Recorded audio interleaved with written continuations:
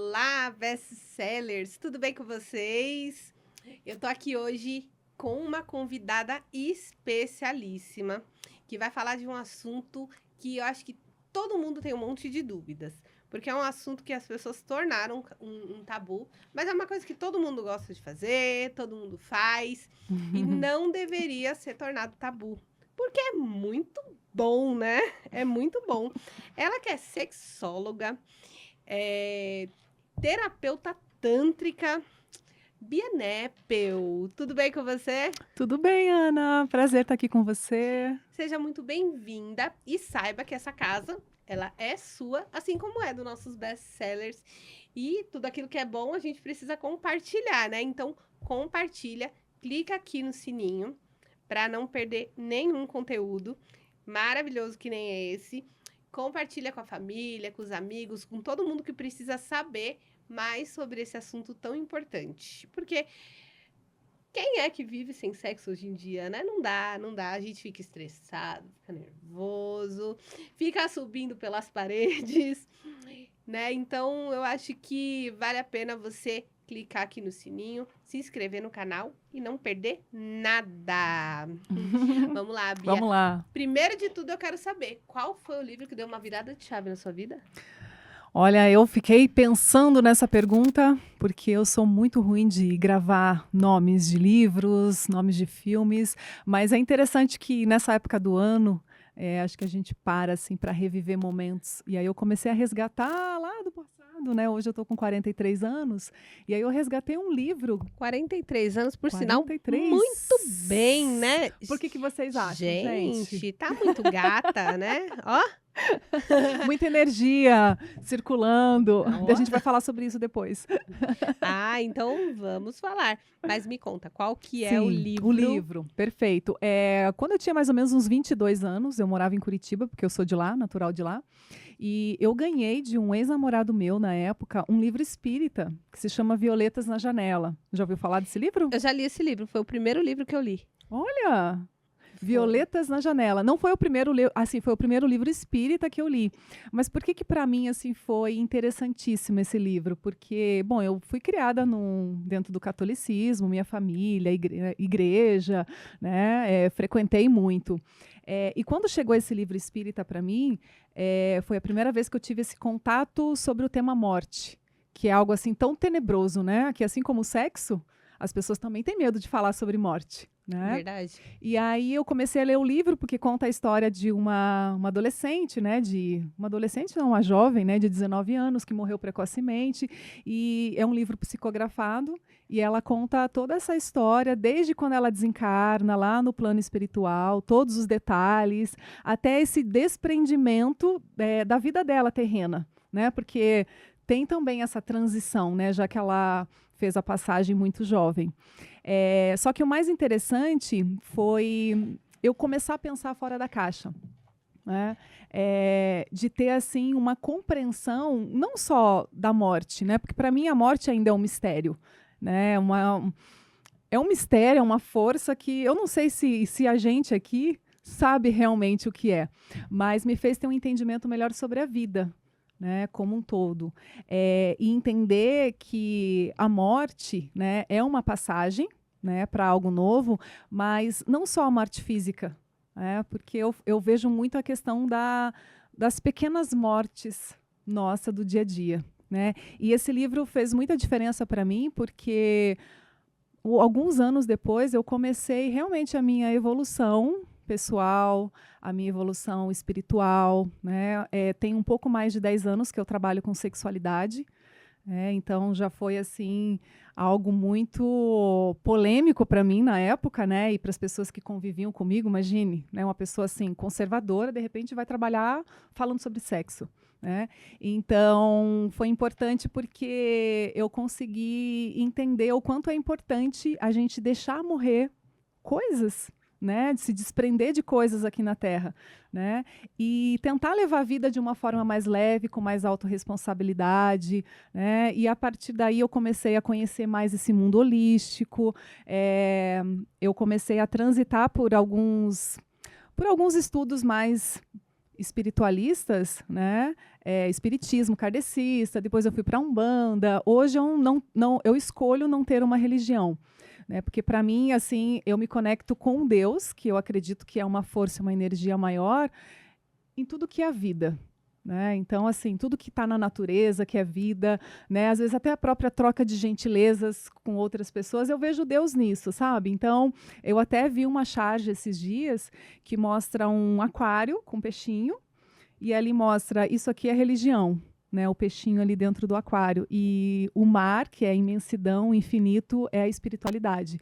Então, para mim, assim, eu me considero uma pessoa espiritualista, né? Eu acho que, ouvindo você falar, quando as pessoas me perguntam qual é a minha religião, eu costumo sempre dizer que eu sou evangélica, porque eu fui criada no catolicismo, meu pai é Sim. católico. Quando eu falei pro meu pai assim, vou virar crente, quase que eu apanho. Não me deixou me batizar, fui me batizar depois de adulta, e muitas coisas assim. Mas eu fui me conectar de verdade com Deus na igreja. A gente fala ter um encontro com Deus. Uhum. Eu fui batizada em línguas, falo línguas, mas eu não tive um encontro com Deus dentro da igreja. Sim, Eu tive um também. encontro com Deus sozinha dentro do meu banheiro. Uhum. E, engraçadamente, eu ouvi muitas vezes as pessoas dizerem para mim que eu não tinha Deus porque eu não ia para a igreja. Mas eu gosto muito de seguir a Bíblia. E a Bíblia diz que o templo, que a igreja somos nós somos a igreja. E eu me abstive de ir para a igreja porque muitos dos pastores que eu estive, né, coordenada, não tinham sabedoria. Então, eu me abstive de ir para a igreja para mim não pecar. E hoje eu tenho muito mais intimidade com Deus, eu tenho muito mais proximidade com Deus. E ouvindo você falar, acho que eu vou dar uma mudada nessa abordagem. Quando alguém me perguntar qual é a sua religião, eu falo, eu sou espiritualista. Porque eu tenho muito respeito por todas as religiões. Perfeito. Eu tenho, por exemplo, um convidado que está para chegar, ele é católico, é padre. E a gente teve uma conexão, assim, que eu falei, gente, eu conheci ele num evento, e nesse evento, ele falou, bora pra BH? Eu olhei pra cara dele e falei, tipo, agora? Ele é agora. Ele me enfiou dentro do carro dele, com a esposa e a filha dele, a cachorrinha, me levou pra BH para fazer uma imersão de criança interior, esses negócios, maravilhosa. Chorei horrores. E foi uma conexão, assim, instantânea. Ele tem um brilho, uma luz, e eu me recuso a acreditar que um ser humano como esse não vai ser um ser humano que vai ser salvo só porque ele tem uma religião diferente da minha. Me recuso, entendeu, a acreditar. A minha sócia, ela tá ali, gente. Vocês não vão vê-la, mas ela é uma pessoa incrível, é uma pessoa maravilhosa que me trouxe muitas possibilidades na minha vida. E a minha filha também, que é um dos bens mais preciosos preciosos que eu tenho, são umbandistas e são pessoas que mostram a que vieram. Então, eu acho que quando você coloca uma plaquinha, você tá tirando a essência daquilo, né? Então, hoje, a minha plaquinha vai mudar. A minha plaquinha vai ser espiritualista. Perfeito. Muito obrigada pela lição. Imagine. Uma das lições que você está aqui para dar hoje, né? Falando falando de morte, né? A gente tem, eu costumo dizer que quem tem medo da morte é porque não sabe para onde vai. E a gente tem esse receio de a morte, ninguém sabe o que tem lá do outro lado, ninguém sabe. Mas na verdade, o que acontece? Se você é uma pessoa ruim, você não se importa com os outros, você é egoísta, você não tem empatia, você não tem amor próprio. Obviamente, você tem que ter medo da morte. Porque você não sabe para onde você vai. Mas com certeza o lugar não vai ser bom. Sim. Né? Agora, se você é uma pessoa que tem empatia, que tem amor, que cuida dos outros, entendeu? Com certeza você não precisa ter medo da morte. Porque ainda que você não saiba o que tem lá do outro lado, tem uma coisa boa preparada para você. Sim, né? eu também acredito muito, assim. E é claro que se eu pudesse escolher, eu gostaria né, de morrer só quando eu tiver mais de 90 anos, Eu né? queria assim Aquela morte natural, queria assim né? uns 150, tá ótimo, Não maravilhoso. é uma morte natural, mas eu tenho assim procurado levar minha vida a cada momento assim, estando cada vez mais na presença. Então até hoje mesmo eu estava almoçando com uma amiga e comentei com ela, né? Eu falei, se eu morresse agora, nesse momento, a minha sensação é de tipo eu consegui aproveitar muita coisa que eu gostaria e sei o que eu estou plantando aqui. Né? É claro que a gente não é perfeito, mas assim, quando a gente erra, né, chega um momento que a gente começa a olhar para os erros e aprender com eles, e é aí que a gente evolui. Né? Então, eu estou nesse processo ali, aprendendo com meus erros, errando, mas tentando não repeti-los e tentando levar essa vida com mais leveza, com mais presença, né? Deixando assim a minha semente bem plantadinha aqui na terra. E eu sou palestrante, se você sabe, eu tenho me conectado com Deus e ele tem me incomodado para me mudar a minha palestra. Porque olhando para a Bíblia, né, a gente olha algumas coisas, mas a Bíblia é neurociência e autoconhecimento puro. Né? Tem uma passagem da Bíblia que eu gosto muito, acho que esse já é o segundo podcast que eu falo isso. Uhum. Mas a passagem Conhecereis a verdade vos libertará, é uma passagem que fala que você tem que conhecer a verdade, que é Cristo. E ela vai te libertar. E a gente pode conhecer a verdade de muitas formas, né?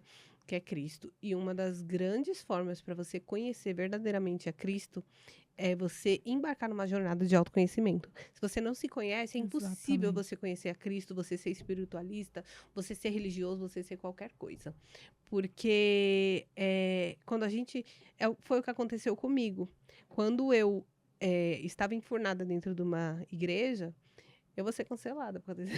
Quando eu estava enfurnada dentro de uma igreja, Uhum. eu passava tempo olhando lá para frente, para um ser humano que tinha lá na frente, e analisando os erros dele, Uhum. ao invés de parar e analisar o meu. E a Bíblia fala, analisa o homem a si Uhum. mesmo. Não tem que analisar o erro do pastor. O pastor errou, ele não tinha sabedoria, mas é ele Deus, eu não tenho nada a ver com isso. E eu ficava me importando com isso, com esses problemas, com essas Uhum. Uhum. questões, ao invés de pensar em mim e olhar e me autoconhecer. A partir do momento que eu comecei a me autoconhecer, eu passei a ter intimidade e foco com Deus e passei a saber quem eu era, onde eu queria chegar e quem eu queria ser. E a partir do momento que eu fiz isso, Deus me direcionou para o meu propósito. E hoje, o que me trouxe aqui foi isso, uma jornada de autoconhecimento. Quem me colocou na posição que eu estou hoje foi a minha jornada de autoconhecimento. Então, se conheça, que quando a gente se conhece, a gente não tem medo, né, de morrer, de nada. E falando de autoconhecimento, eu acho que o autoconhecimento, ele tem muitas vertentes. E eu acho que a sexologia, o sexo, é uma vertente que a gente precisa se autoconhecer. Porque eu acho que se a gente não se autoconhece nesse ponto, a gente nunca vai chegar ao ápice de se sentir plenamente satisfeito com o nosso parceiro, com a nossa parceira. Fala um pouquinho sobre isso com a gente. Sim, bom, independente de crença ou, né, ou a forma que cada pessoa leva nessa vida, né, uma coisa a gente tem que concordar, que é unânime, né? Todos nós somos seres sexuais, né? Nós estamos aqui porque alguém lá atrás fez sexo. Se foi bom, se foi ruim, não é o caso agora, mas alguém fez, né, e que proporcionou a nossa vida aqui. E eu vejo assim o quanto o sexo, a sexualidade, ela faz parte da nossa vida como um todo, né? E eu falo assim que geralmente as questões sexuais que nós temos hoje, tabus, vergonhas, traumas, né? Geralmente, se a gente for olhar, isso vem lá de trás, né? De como nós fomos criados, né? O meio que a gente viveu ali, o que a gente ouviu falar sobre sexo, por exemplo, né? A minha família, por exemplo, jamais ninguém falou sobre isso em casa. E olha que na minha geração, na nossa, né?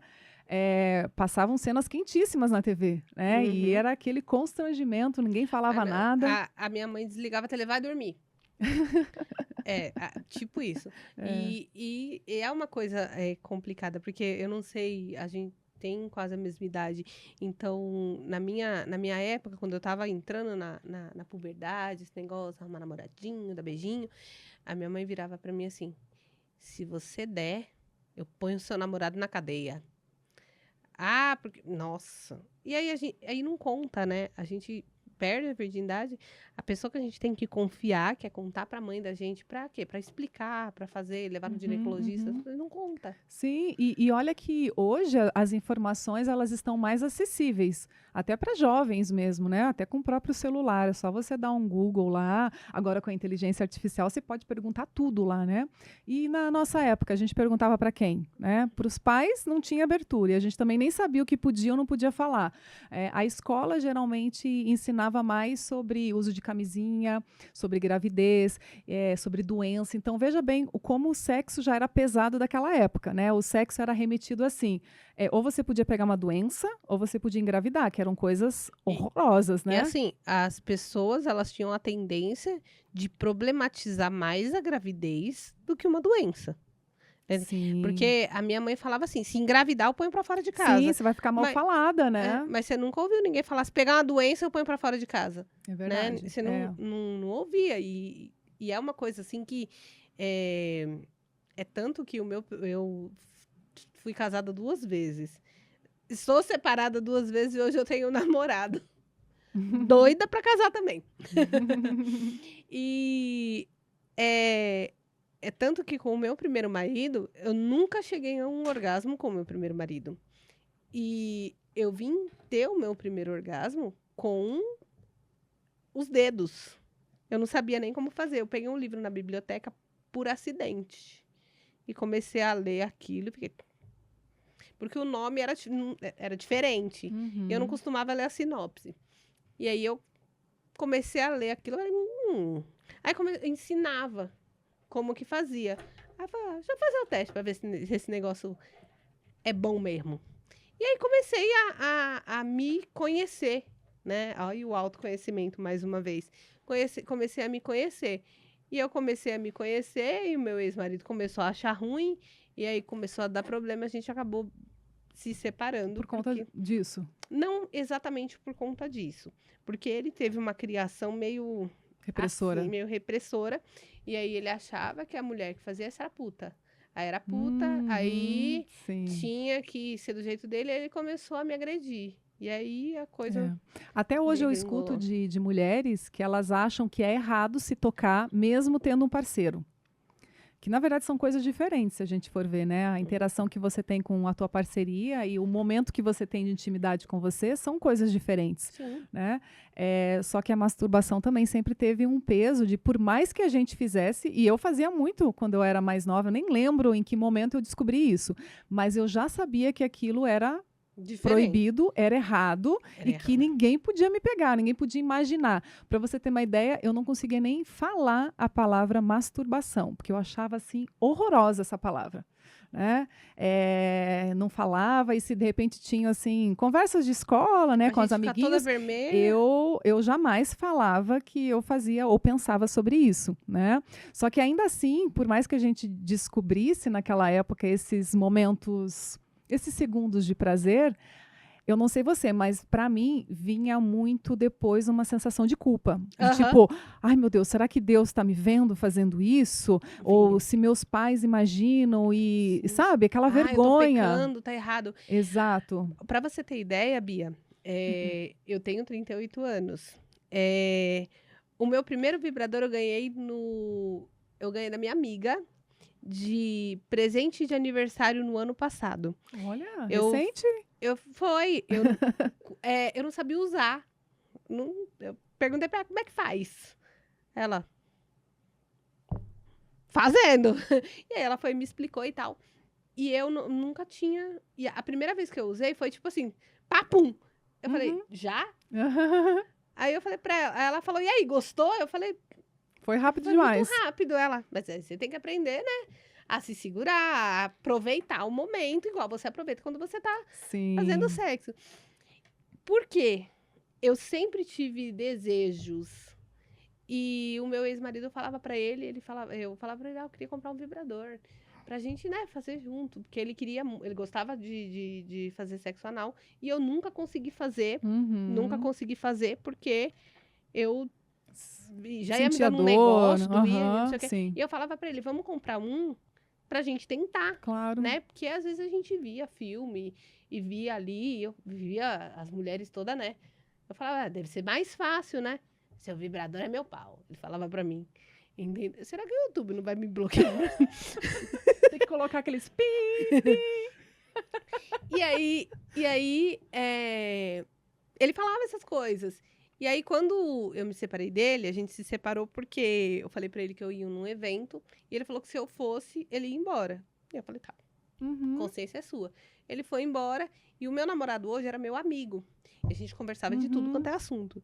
Aí ele me deu uma cantada e a gente começou a conversar. Eu falei, olha, eu gosto de fazer sexo, eu gosto e não sei o quê. Ele falou, também gosto. E a gente ficava conversando safadeza e acabou rolando. E aí uma vez, aí eu fui e perguntei pra ele, eu falei pra ele assim, você tem frescura? Eu não. Aí eu falei assim, porque o meu ex, ele tinha muita frescura e tal. Aí ele fala. Aí eu falei assim, eu queria tentar, né? O anal Com o com o vibrador. vibrador na vagina. Aí ele falou, bora. Bora. Meu filho, aí minha amiga falou que ia me dar o vibrador de presente de aniversário. Não parei de encher o saco dela Até ganhar. até ganhar. Cara, foi assim, não consegui fazer o anal, não consegui.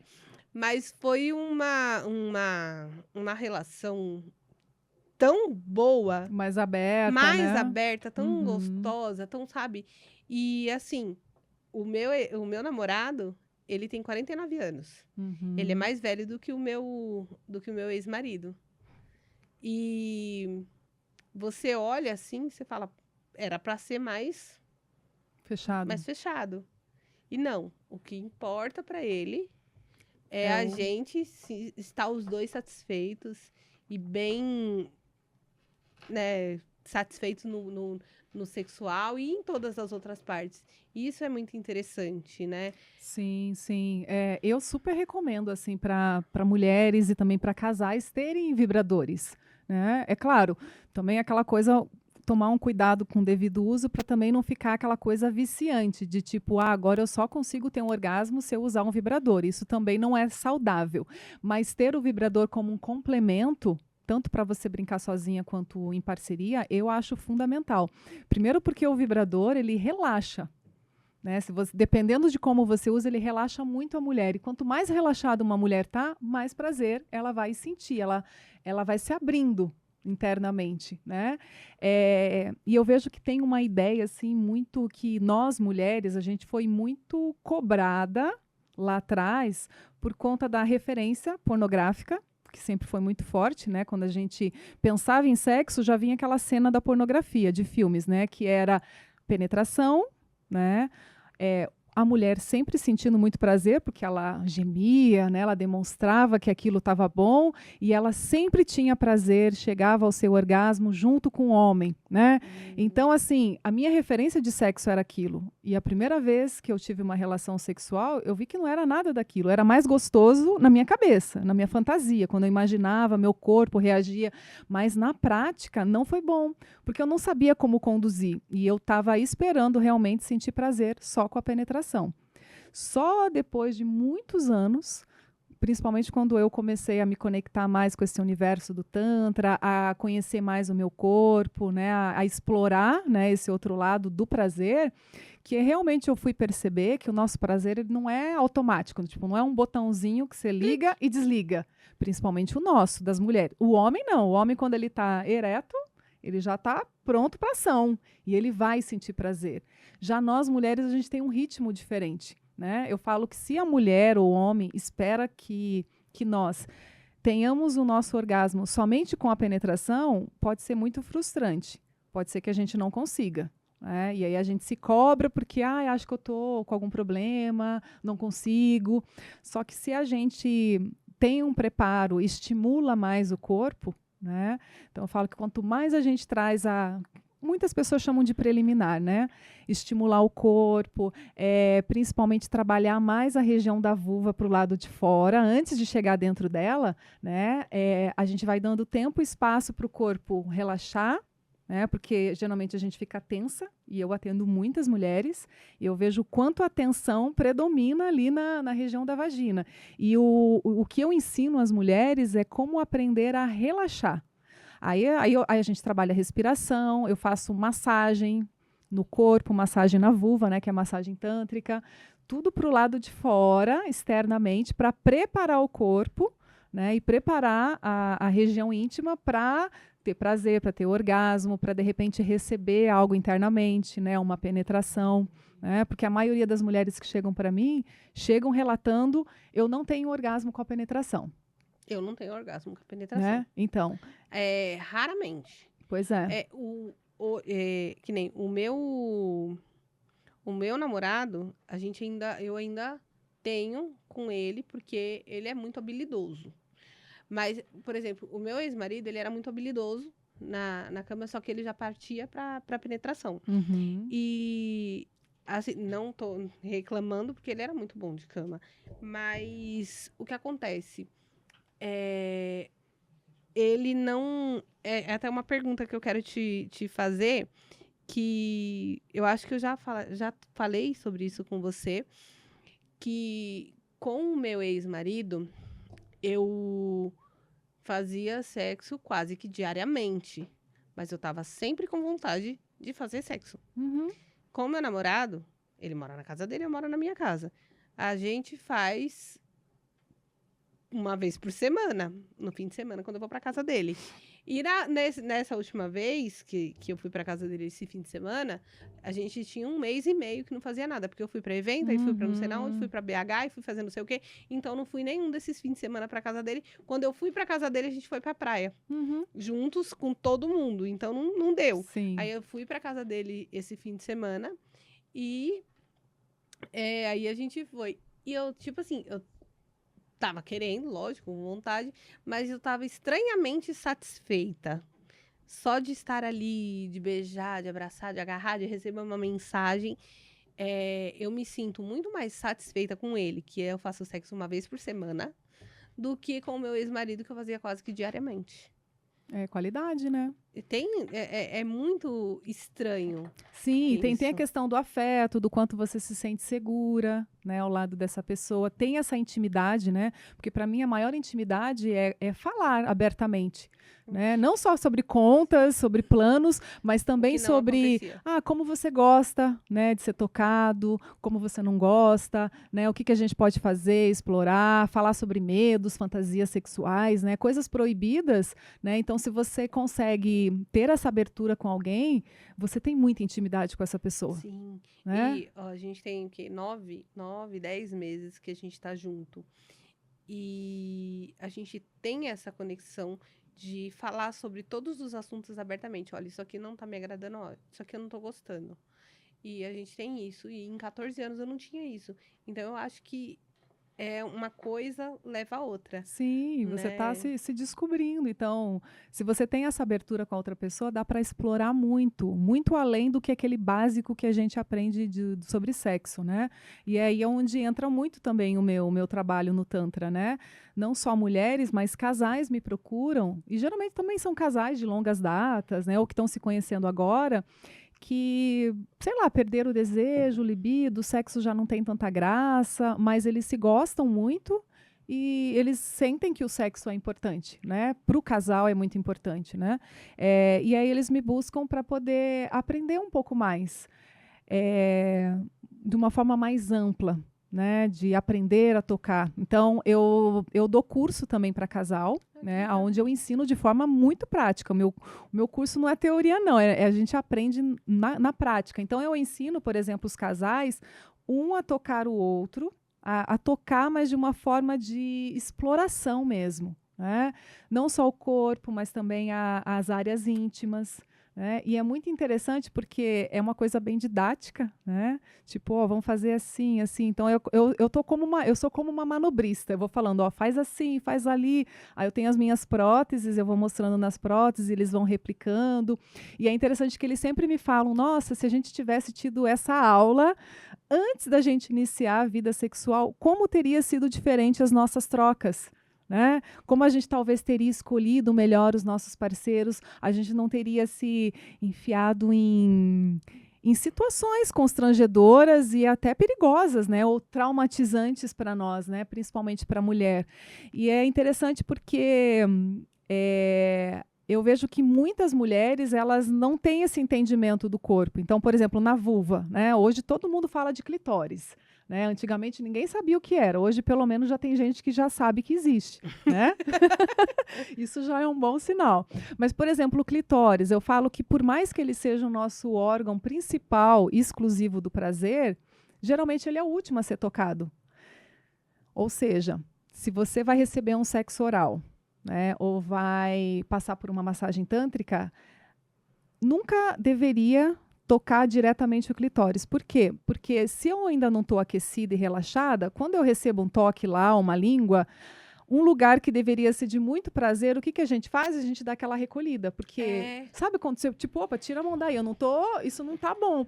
E aí a gente fala, nossa, mas como assim? Clitóris é para sentir prazer, eu não estou sentindo? Então, sabe? Aí a mulher acha que tem problema, que, enfim, que não gosta de sexo, um monte de coisa. Então, na massagem, né, no Tantra, eu ensino... Olha os insights vindo aqui na mente. Vai aparecendo um monte de coisa. Eu ensino o homem, principalmente, né, a tocar a mulher na vulva como um todo. Então, por exemplo, o nosso clitóris, o que a gente vê na vulva é só a glandezinha, né?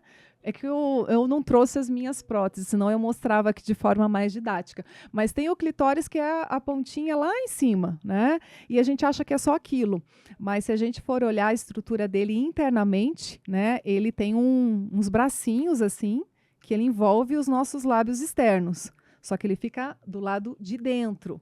Ou seja, na massagem, antes da gente chegar no clitóris, a gente vai primeiro tocar os lábios externos da mulher, massageia com um olhinho bem delicado, e nisso a gente vai dando aquele relaxamento gostoso, você vai soltando as tensões e vai ficando um gostosinho que vai aumentando, né?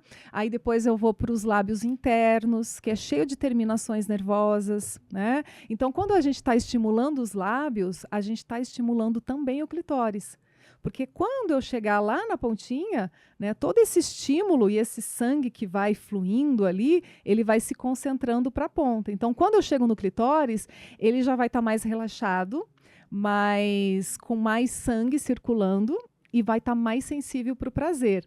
Então, a sensação é diferente. É o que eu falo para os homens. Vai fazer um sexo oral na mulher, não mete a língua direto lá, ou o dedo, né? Passa a língua. Imagina que a nossa vulva é homem que tem muito problema com o dedo, né? Que eles já chegam rápido, já enfiando o dedo. Não, nossa, isso é muito broxante. Então, eu entendo que a nossa vulva é como se fosse um grande lábio. Então, beija esses lábios. Como se você estivesse beijando a boca de cima, sabe? De sentir os lábios de baixo, de cima, passar a língua em volta, né? E gerar aquela expectativa para quando chegar ali no clitóris, eu já realmente desejar o toque ali. Então, isso que eu falo para os homens, passa a língua, né, de um lado, do outro, ali pertinho do canal, mas sem colocar nada internamente, né, sem dedo, sem língua, sem nada, né, faz esse pré-aquecimento, porque a hora que a mulher está bem aquecida, né, e eu considero que nós mulheres somos como um fogão a lenha, né, com relação à nossa energia sexual, a gente vai aquecendo devagarzinho, né? Mas a hora que aquece, aquele fogo não se apaga rápido. A gente pode ficar cozinhando a comida até o dia seguinte, né? Só que para isso tem que ir botando a lenha aos poucos, tem que cuidar do fogo, né? Tem que alimentar esse fogo. Já o homem não, o homem é tipo fogão a gás, né? E aqueles botão elétrico, né? Ligou, acendeu o fogo, mas a partir do momento que eu desliguei o botão, não existe mais fogo ali, né? Tanto que o homem, depois que ejacula, ele simplesmente morre, né? Então, por isso que eu ensino os casais a eles entenderem o ritmo de cada um e como é que eles fazem para prolongar. Então, o homem sustentar mais essa energia dele, energia sexual, e prolongar essa sensação de prazer por mais tempo para acompanhar o ritmo da mulher. Que não é que nós somos demoradas, a gente só leva mais tempo para aquecer e preparar o nosso corpo para o ato sexual. Né? E aí, quando a gente entende isso, muda totalmente a forma como a gente se relaciona. Né? Interessante. É muita coisa para explorar nesse mundo. Tem bastante coisa para falar. 34 minutos já de podcast e eu tô aqui morta, cheia de curiosidade. Vamos marcar até uma consulta. Vamos. Olha, uma coisa que você estava falando sobre isso, eu tava pensando, né? A minha... eu tenho 2 parâmetros, né? O meu ex-marido e o meu namorado.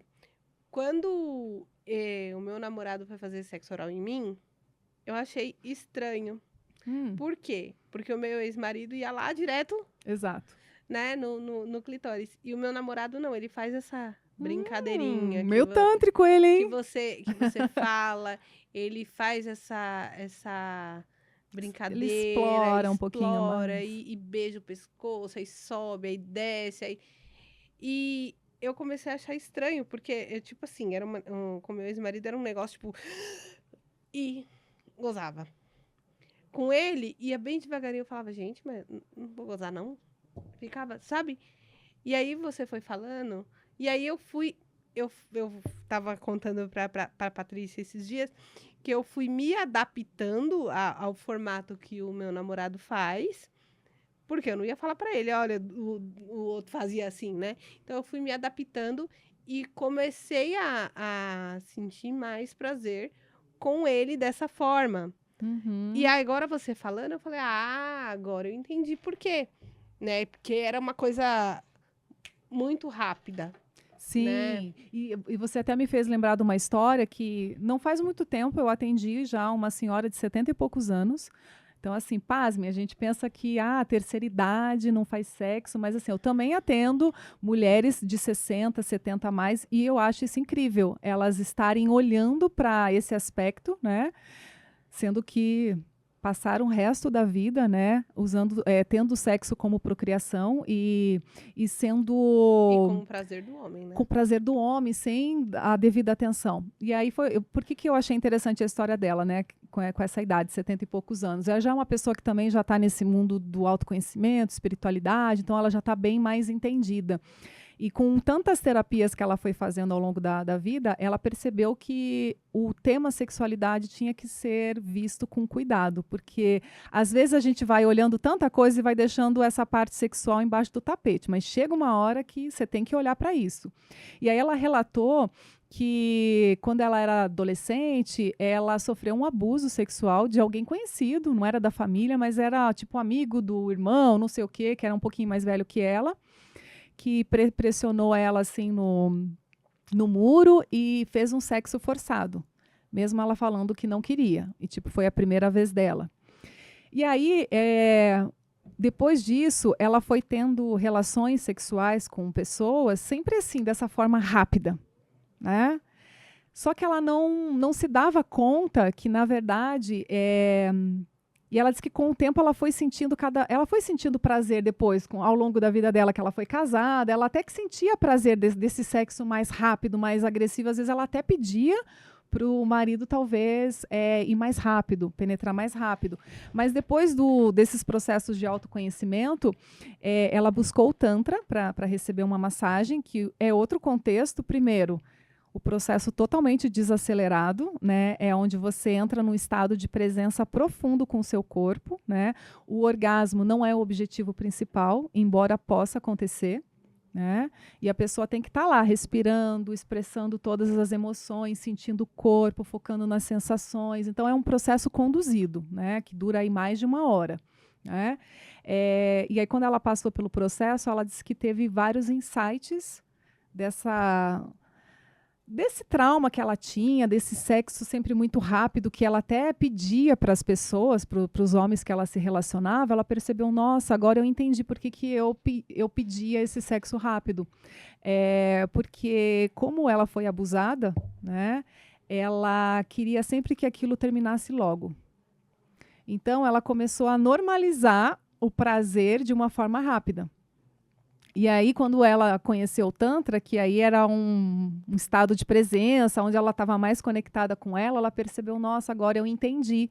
E eu percebo o quanto é prazeroso você ser tocada com respeito, com cuidado, esse olhar de carinho de uma outra pessoa. E ela falou, nossa, e que bom que eu estou viva para poder sentir isso no meu corpo, né? Porque eu acabei me relacionando com homens que maltratavam o meu corpo, na verdade. Não respeitavam ele. E eu achava isso normal, porque foi assim que eu aprendi lá atrás. Né? Então, olha que legal, né? Tipo, ela com essa idade ter esse entendimento e poder estar trazendo um olhar diferente para o sexo, para o corpo dela, e talvez até tendo uma outra compreensão agora das próximas pessoas com quem ela vai se relacionar.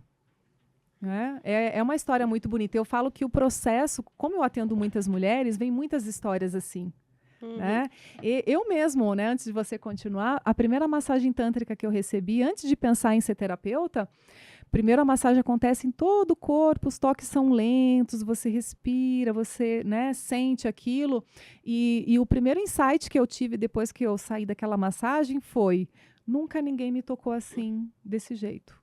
Nunca fui tocada com tanto amor, com tanta dedicação, cuidado, sem ser um objeto sexual, ou sem ter que fazer algo depois daquilo. Então, aquilo para mim foi muito nutridor, assim, sabe? De olhar o meu corpo com respeito, de pensar, nossa, quem que eu estou permitindo que invada esse espaço? Então, eu comecei a me respeitar mais, a escolher melhor quem chegava, né? E isso eu estou aprendendo ainda, né? A aprender a dizer não, né? A falar quero, não quero, estou pronta, não pronta. E isso, como é difícil para as mulheres, na hora do sexo, de repente falar, não, a gente já está aqui, eu quero transar, mas eu não quero ser penetrada agora, não estou sentindo, está doendo. Então, muitas mulheres passam pela dor da penetração, porque não querem estragar o momento, não querem desagradar o parceiro, né? E o quanto isso faz mal para nós, não é? Verdade. Uma coisa que, quando você fala de respeito pelo corpo, né? Eu lembro de... Gente, as pessoas vão querer... Ainda bem que as pessoas não sabem quem é o meu ex-marido, né? Senão vão querer matar. Mas o meu ex-marido, ele não tinha esse respeito. Eu não gosto de ter relação sexual menstruada. Uhum. E ele passa... Eu fico 7 dias menstruada. Sei. E ele ficava me Insistindo. perturbando, insistindo. Aí, pra ele parar de me encher o saco, eu ia brincar, né, com ele. Aí, faltava enfiar o dedo no meu toba, né, por causa dessa... disso. E era uma coisa desconfortável pra mim. Eu fazia pra agradar, Sim, pra claro. não ter a encheção de saco, porque ele realmente não deixava dormir. E principalmente como você no papel de mulher, né, vem muito assim, isso aqui é meu papel, né? Uhum. Eu preciso fazer isso porque eu sou agora uma esposa, né? Uhum. E engraçadamente, o meu namorado, ele dorme abraçado comigo de conchinha. Nem cogita. É uma questão mesmo de respeito pelo corpo do parceiro, né? Sim, exato. E olha, gente, 43 minutos, gente. Olha, infelizmente a gente tá entrando já passou da Já reta passou final. do tempo, né? Mas foi um prazer imenso te receber aqui. Foi maravilhoso ouvir tudo isso que você contou pra gente. Sei que tem muito mais coisa Tem muito. pra contar, pra ensinar. Essa casa é sua. Quando você quiser voltar, a porta tá aberta. Venha sempre que quiser. E depois vamos conversar, porque eu preciso marcar uma consulta. Porque, gente, se eu falei bastante agora, imagine Ela nessa abriu o consulta. coração. Ela abriu o coração dela aqui para vocês, hein? Porque a gente não tem noção das nossas frustrações até começar a ouvir, entendeu? Sim, sim. Eu sempre achei que eu fosse muito bem resolvida sexualmente. E aí você começa a falar, a gente começa a falar, Mas ninguém é bem resolvido tem sexualmente. A gente vai descamando a nossa cebola interna, né? São uhum. muitas camadas para você realmente chegar num estado assim que você realmente se sente livre e autêntica para falar, para fazer, né? É um processo. Eu achei que o ápice pra mim fosse ter usar o vibrador sem sentir que eu estava cometendo algum pecado. Porque no Uhum, começo eu uhum, olhava pra ele olhava pra mim, eu olhava pra uhum. ele, e aí foi fluindo, mas ouvir você hoje me mostrou que eu tenho muito caminho a percorrer. Para me conhecer, para conhecer o meu namorado e ele me conhecer física e sexual e intelectualmente em todos os aspectos, né? Mas eu acho que ele já começou bem porque ele tem respeito pelo meu corpo, assim como eu tenho respeito pelo corpo dele. Sim. E foi muito bom te receber aqui. Eu acho que eu tive muitos convidados que me impactaram, mas eu imaginei que fosse ser um papo gostoso, um papo legal, que a gente fosse passar do horário, eu já imaginava. Mas eu não imaginei que eu fosse me descobrir tanto Uhum. apenas em uma conversa, apenas em uma gravação. E quero te agradecer por isso, porque a gente não imagina o tanto que a gente tem a conhecer a gente mesmo, como eu falei aquela hora sobre o autoconhecimento. O autoconhecimento é muito mais abrangente do que a gente pode imaginar, né? Sim, e quanto mais saudável a gente tem essa relação com a gente mesma, né, mais relações saudáveis a gente vai atraindo, não só amorosa sexualmente, mas trabalho, amizades, né? Porque é o que eu falo, energia sexual é energia de vida. A forma como a gente se relaciona no sexo, como a gente se movimenta, como a gente se sente nesse momento de tanta intimidade, é da mesma forma que eu me posiciono na vida. Então, às vezes, se eu tenho dificuldade de falar na hora do sexo, provavelmente eu vou ter dificuldade de me posicionar na vida para as pessoas. Se eu estou aceitando fingir prazer para agradar o outro, eu também me sujeito isso na vida. Eu deixo que as pessoas, né, montem cavalo em cima de mim ou digam o que eu tenho que fazer e eu acabo fazendo porque eu não quero desagradá-las. Então, por isso que quando a gente olha para a nossa sexualidade, se desperta, se conhece, aprende a se comunicar primeiro com o nosso corpo, a gente aprende a se comunicar com o mundo. E isso é maravilhoso, porque vira uma chave universal, porque a gente acha que vai só ali resolver uma questão sexual, mas de repente você olha a tua vida toda, deu um giro. Só que para Verdade. melhor, porque você está acessando o prazer de vida, né? Que para mim é prazer além do sexo. É você se conectar com prazer nos pequenos momentos do dia, né? Nessa conversa que a gente está tendo aqui, nessa troca bonita, que eu estou olhando seus olhos emocionados, né? Então isso é prazer, é a gente abrir o nosso coração para sentir essa energia, sabe? Então, é esse o meu trabalho, por isso que eu sou apaixonada, né? Porque eu vejo a transformação na carinha das pessoas. E eu sei, assim, o quanto eu já andei até aqui, e eu tenho muito a caminhar, mas o que eu vivi até hoje, o quanto eu ainda posso ajudar as pessoas, né? Que bom, que bom. Bia, deixa as suas redes sociais e deixa uma frase reflexiva para que as pessoas se lembrem desse podcast memorável. É.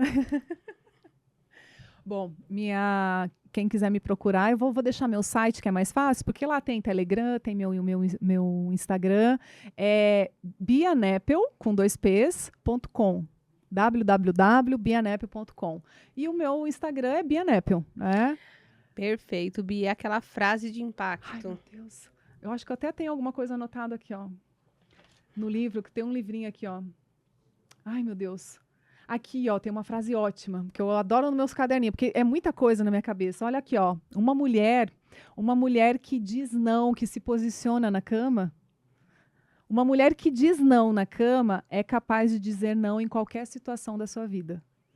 Verdade, né? Sabe? A Verdade. mulher que sabe se posicionar na hora do sexo né, pro seu prazer, ela vai se posicionar bem na vida, né? E prazer é algo que a gente aprende, não é natural. Natural é quando a gente é bebê, mas a gente aprende, né? E tem curso, tem vivência, autoconhecimento, terapia, tudo isso faz parte para a gente ter uma vida sexual e uma vida mesmo com mais plenitude, com mais amor, mais autenticidade, mais liberdade, e com escolhas saudáveis.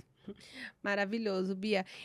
As minhas redes sociais vocês já sabem, Ana Catalani, @Ana Catalani, em todas. E eu sempre costumo deixar uma frase também de reflexão para os best-sellers, para que eles marquem também. Mas hoje eu vou fazer diferente. Eu não vou deixar essa frase reflexiva, eu vou deixar terminar com a sua, porque primeiro que para competir com essa frase que você falou é impossível, porque o poder de dizer não é exponencial. Então, a gente vai terminando por aqui com pelo menos uns 20 minutos de atraso. Acréscimo, nós ganhamos com a conversa. Gente, que conversa incrível, que conversa maravilhosa. Agradeço pela sua presença. Obrigada, Volte obrigado. sempre. E muito obrigada. Grata. Vamos ficando por aqui. Beijo. Tchau, tchau. Beijo.